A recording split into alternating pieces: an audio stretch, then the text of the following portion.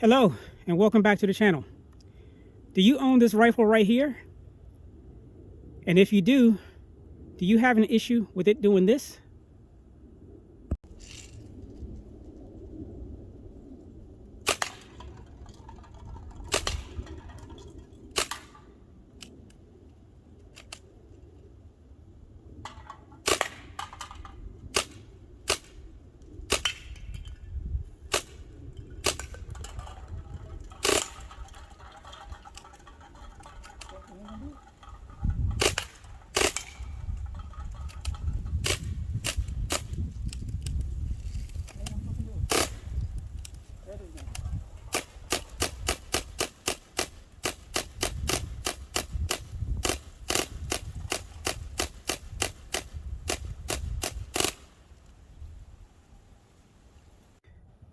Well, if you're like me and you have an issue with this rifle firing full auto set in the semi-auto position, I'm going to show you what I did to correct mine and make it better than what it was when it came out of the box. Before you begin, what you want to do is make sure you have all your tools necessary to do the job.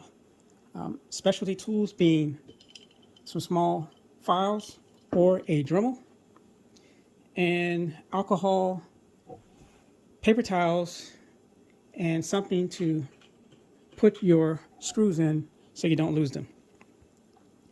The first thing you want to do is make sure that the rifle has no CO2, no BBs, the charging handle is in its forward position, and the safety selector is on fire.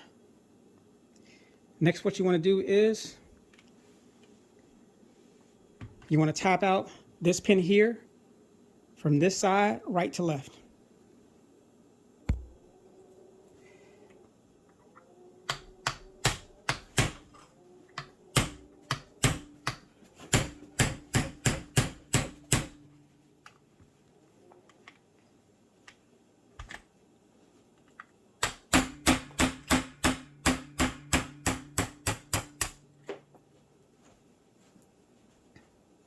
Pin is out. Next, what you want to do is flip the rifle over, remove all of the Phillips head screws. Just a note, the only ones that are a different size is this one, and this one.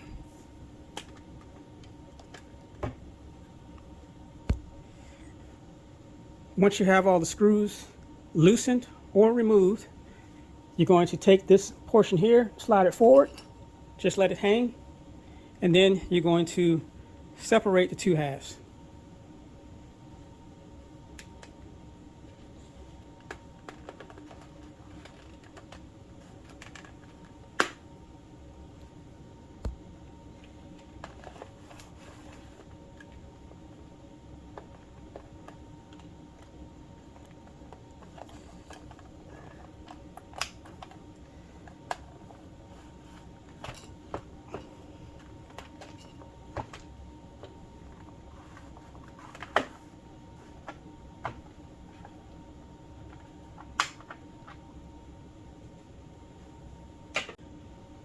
Once you have them separated, you can then pull off the outer barrel,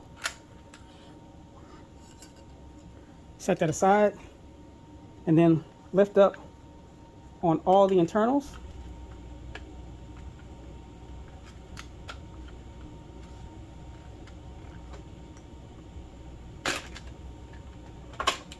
Like so. Set that aside. You then pull off the hopper and barrel. Next, what you're going to do is you're going to take off this top portion here. Use flathead screwdrivers. The front portion only has one tab. Actually, you don't want to press down on the line here.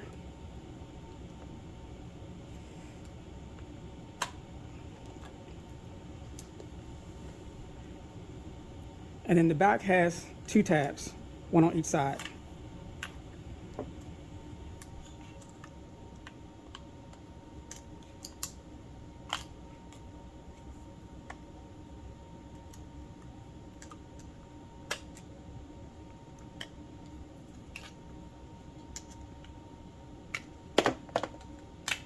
Set that aside. Next, you can pull off your charging handle. Set that aside. Next, what you're going to do is you're going to remove your safety selector.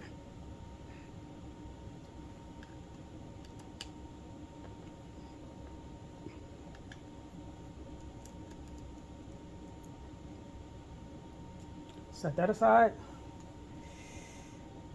Next thing you're going to do is you're going to pull off this portion here, the trigger guard. There's one there, one there, one there, one there. Again, you want to be careful not to break any of these tabs when removing it.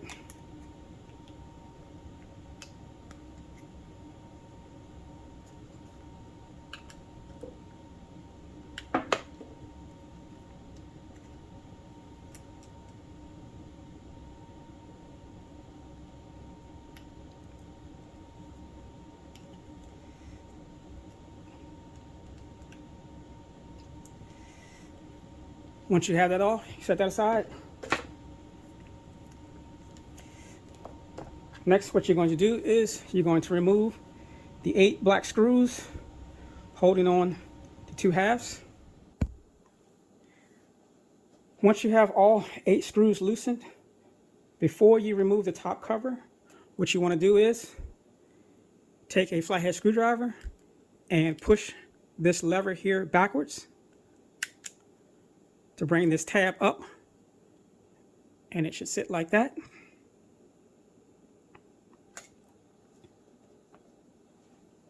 Then you can remove both halves, or the top half. Word of caution on removing this top half: take your time. Don't try to pry it or bend it up. You don't want to break it. Yeah, just be easy on it. Use 2 screwdrivers, maybe one here. Slowly pry it up until you take it off evenly. Once you do, there's your internals. Now, what I want to state is that, first, I'm not an expert. 2, these are the things that I did to get my rifle to function properly.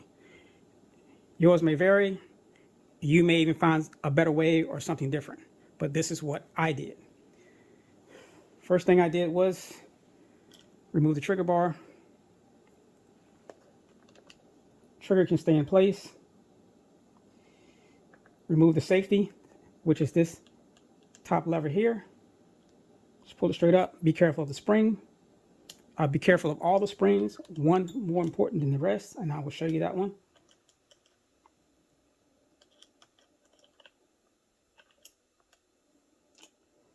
All right. Next, the fire control selector or safety selector. Pull that. And the flat side here, that is semi-auto or fire. This bar right here pushes back the sear for full auto. I'm not going to remove it, but this time, I've been in this thing before a couple of times, as a matter of fact. But what you want to do, or what I would recommend, I'm going to point to it. This spring here, pull this up. That spring, stretch it just a little bit. What that will do is it will give you a little bit more tension on the safety selector, so it won't feel so loose when you're turning it. Also, it helps keep the rifle in full auto when you place it in full auto. Just don't overstretch it. Just a little bit goes a long way. Then place it back. The next thing you want to do is pull up on the back of the recoil spring and buffer. Pull it out.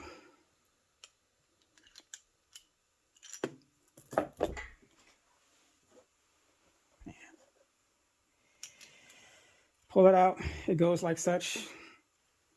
Of course, without the dog hair. Set that aside. Next thing I did was pull out the bolt itself. The first thing I did to this bolt was wipe all the grease off of it. I know that sounds kind of odd. Second thing I did was, I can get a good picture here. That surface right there, that's the sear surface where the sear actually catches onto.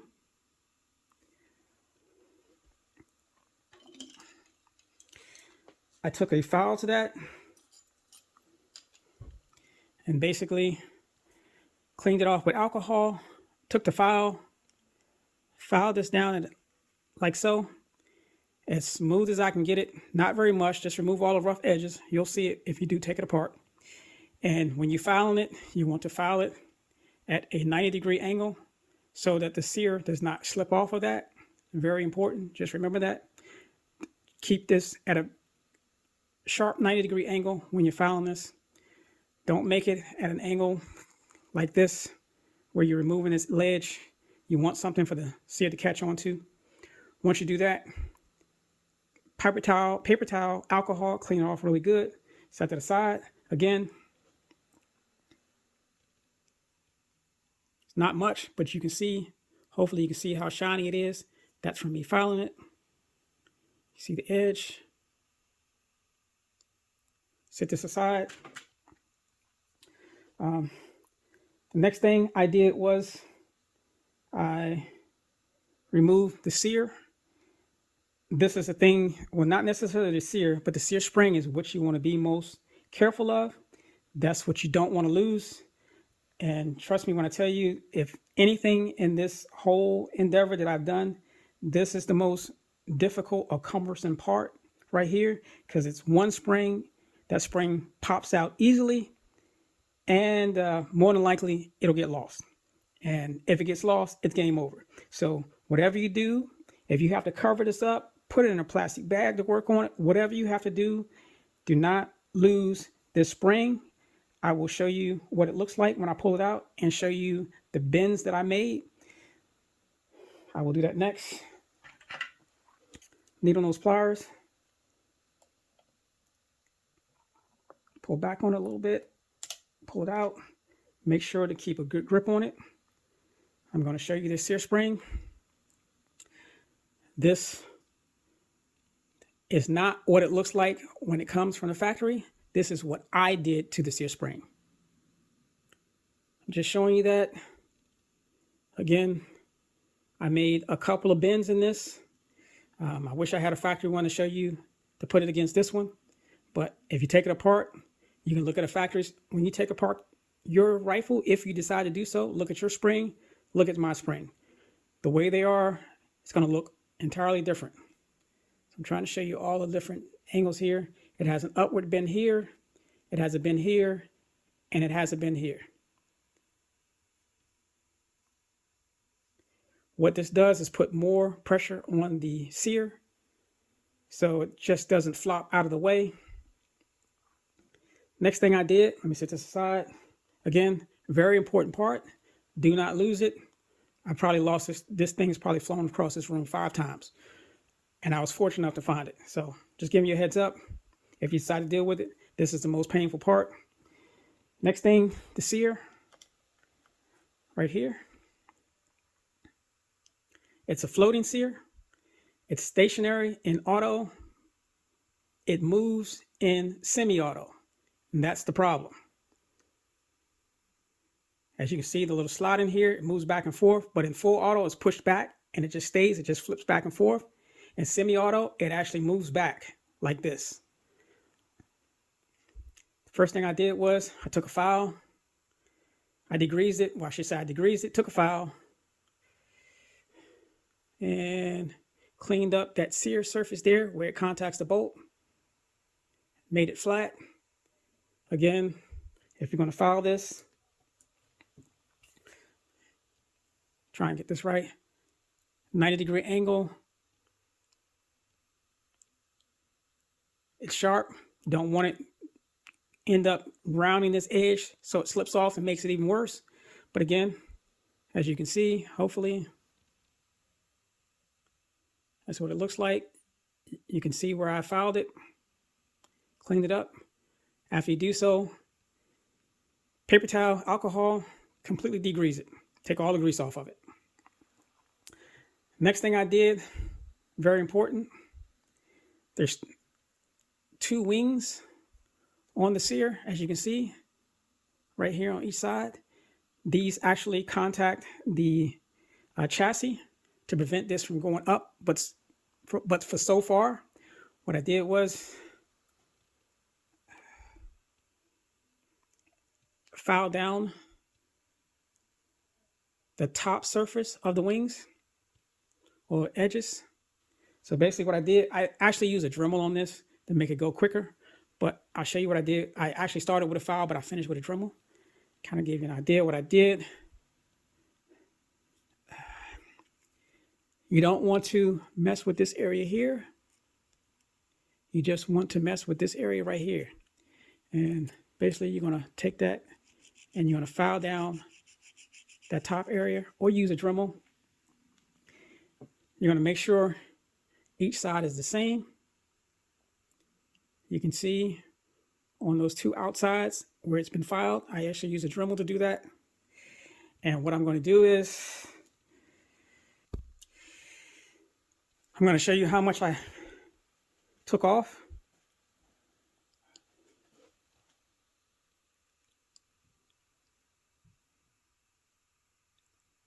.70. And you want to make sure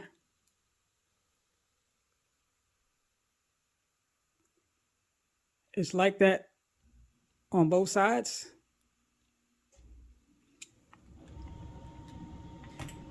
Once that's done, once this is done, the bolt is done, the sear spring is done,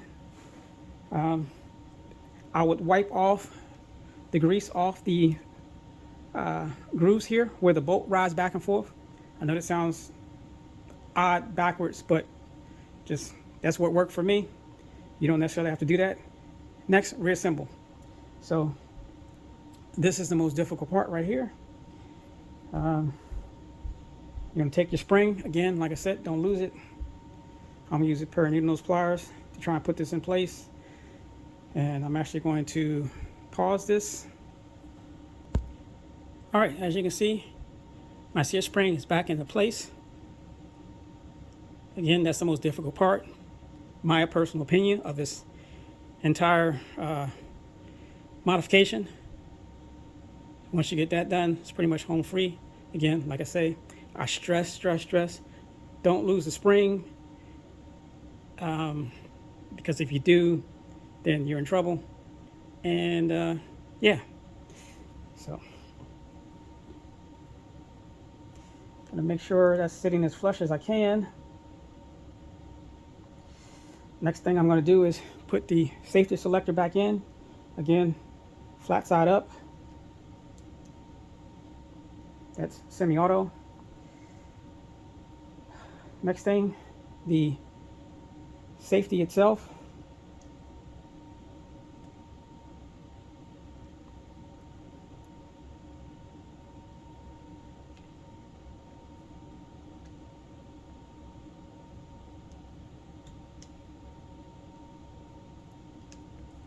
Like so.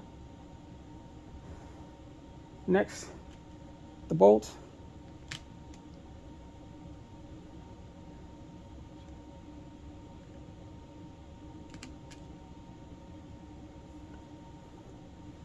Next, the buffer here and recoil spring.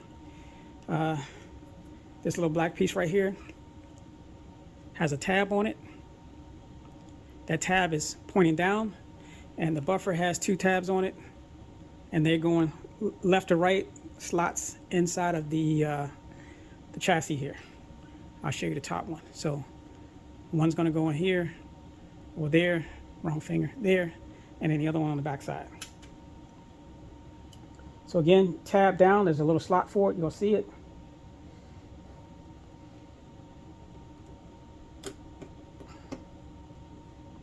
Get this into place. Next, trigger bar. Make sure everything's pushed down. It's all good. Next, what we want to do is install the top half. When installing the top half, note you want to take care of this is this auto sear here. Before you try to press down on this top half to the other half, take a screwdriver, put it in there while there's a cutout to push this back so it frees that tab. So I'm going to place this on top, line it up, set it there, take a screwdriver, push this back, push down. Done. Next, you're going to install all 8 screws back.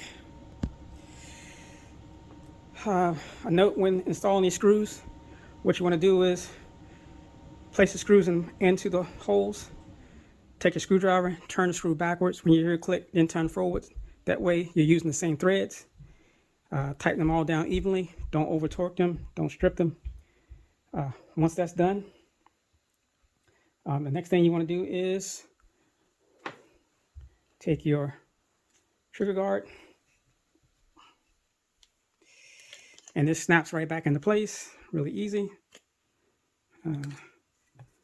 Once you get the dog hair out of the way,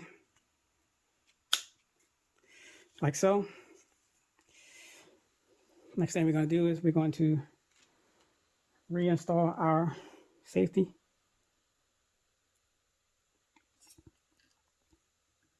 Again, should be in fire. Back up, then turn.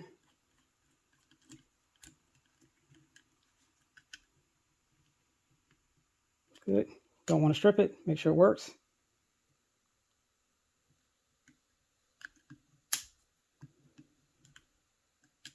And by tightening, stretching that spring a little bit, you feel the tension on it. You feel a little bit more tension on it. Works perfectly. Next thing we're going to do is the charging handle, like so. Next, top cover. Just snaps right on. Just line it up and push down.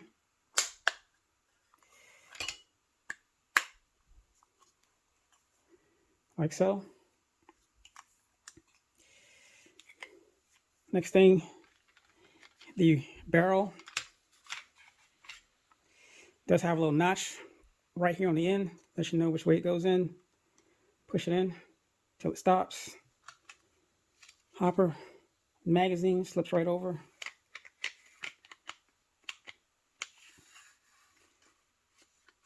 Line up the little follower to go inside the hole there, like so.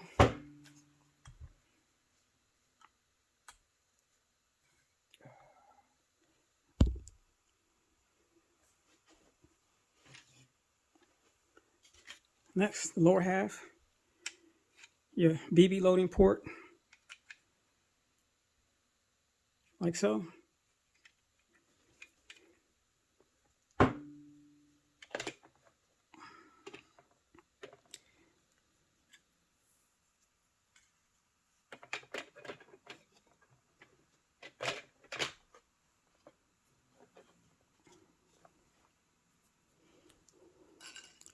Outer barrel.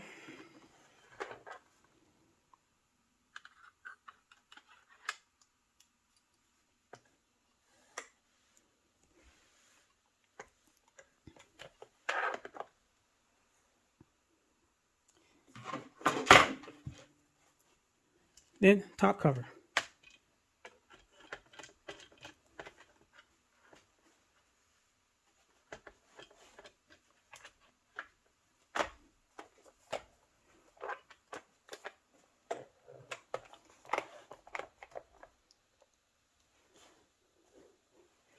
Again, like I say, putting this back together. Just take a big Phillips. This takes, I can find it here.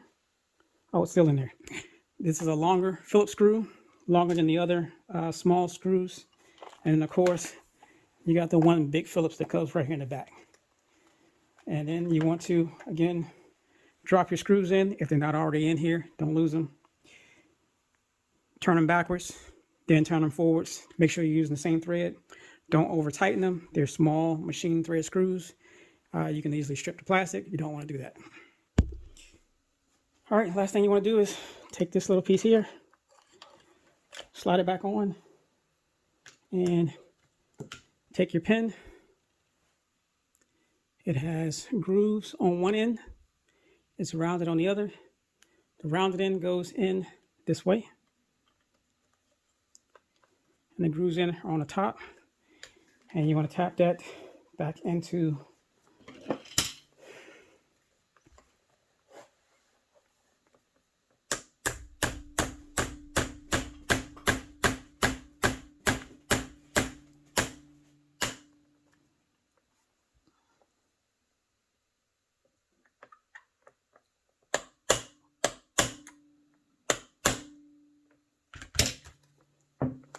like so. Next thing you want to do is function check.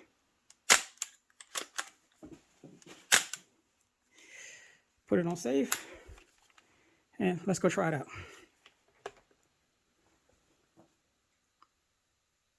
Well, folks, this is it. Currently it's 43 degrees out. Let's see if I got this thing working right.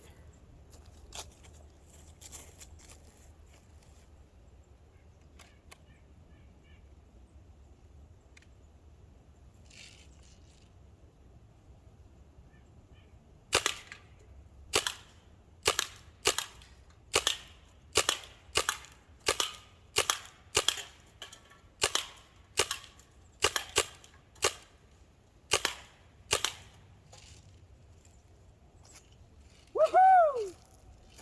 I did it! I got it working right. Let me get some more shots off just to make sure it doesn't want to decide to act funky again.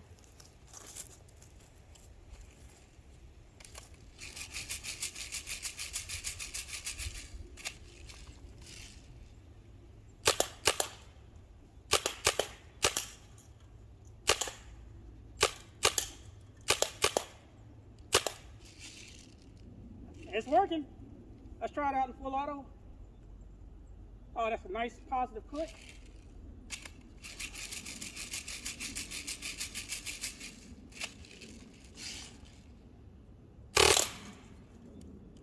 Oh.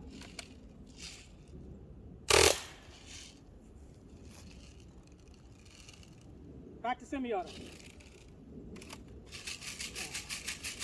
Make sure I'm not eating my words.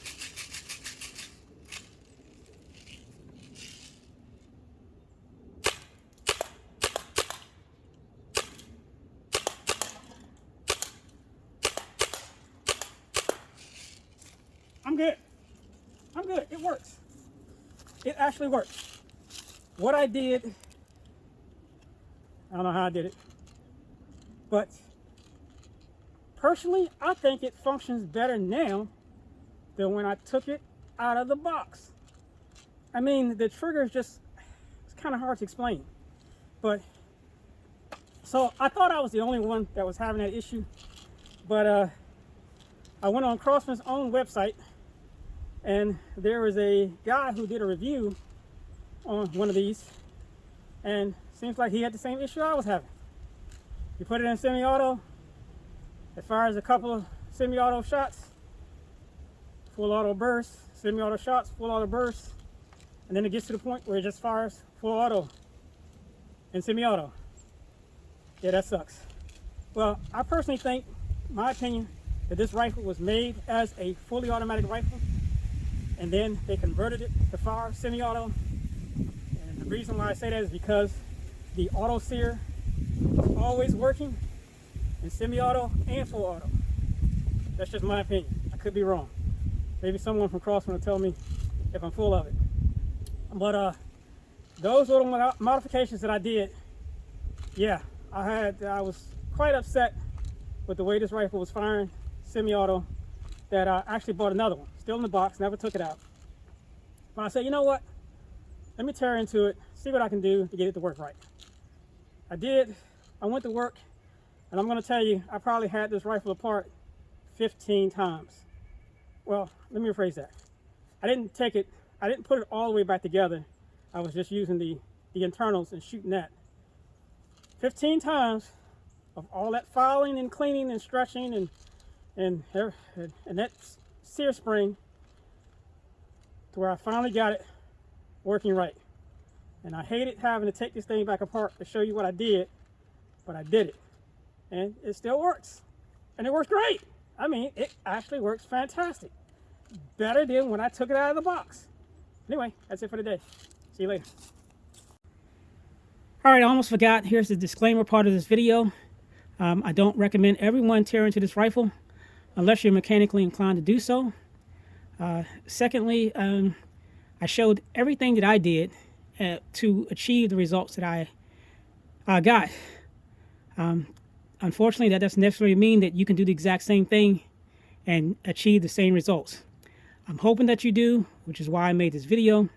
But if something does happen, something breaks, doesn't go wrong, go right, you know, I just want to say it's not my fault. But I don't think I left anything out. And I'm happy with the results that I have now. I'm actually amazed. But again, if you're going to do it, make sure you have all the tools. Take your time, clean workspace, have somewhere to put the screws. Again, like I say, be careful, especially when it comes to that sear spring. Don't break it, don't lose it, you know, don't damage it. Just take your time, and hopefully following everything that I did, you'll achieve the same results.